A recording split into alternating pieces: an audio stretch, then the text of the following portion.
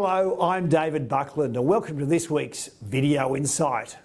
One of the biggest criticisms of the analytical community is they frequently do not consider the cost of growth, particularly with respect to old world businesses which will require capital to grow. Take Rex Minerals, ASX RXM, as an example.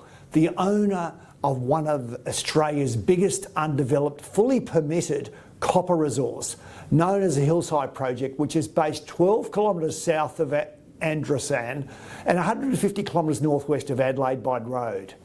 In addition, Rex Minerals owns the Hog Ranch Gold Project in Nevada, a 2.26 million ounce epithermal resource, and it's 165 million tonnes at 0.43 grams a tonne. But what is the cost of getting these projects into production and into positive cash flow? The first discovery at Hillside was made in 2009, and since then 800 drill holes and 240 kilometres of core drilling have taken place. The Hillside project now contains 337 million tonnes at 0.56% copper and 0.14 grams per tonne of gold, for a mineral resource of 1.9 million tonnes of copper and 1.5 million ounces of gold. The proposed Stage 1 mine will produce around 42,000 tonnes per annum of copper and 30,000 ounces per annum of gold over 11 years, with a forecast 4-year payback. Stage 2 is expected to extend the life of the mine to over 20 years. By 2023, the company's accumulated losses came to $233 million, and Rex Minerals' share price had traded in a range of $3.13 in 2011 to 3 cents in 2020. And this enormous swing is primarily due to the cost of growth. In January 24, Rex Minerals raised $30 million, of which $12 million was placed with MACH Metals Australia, controlled by the enormously wealthy Salim family from Indonesia, at 18.5 cents a share.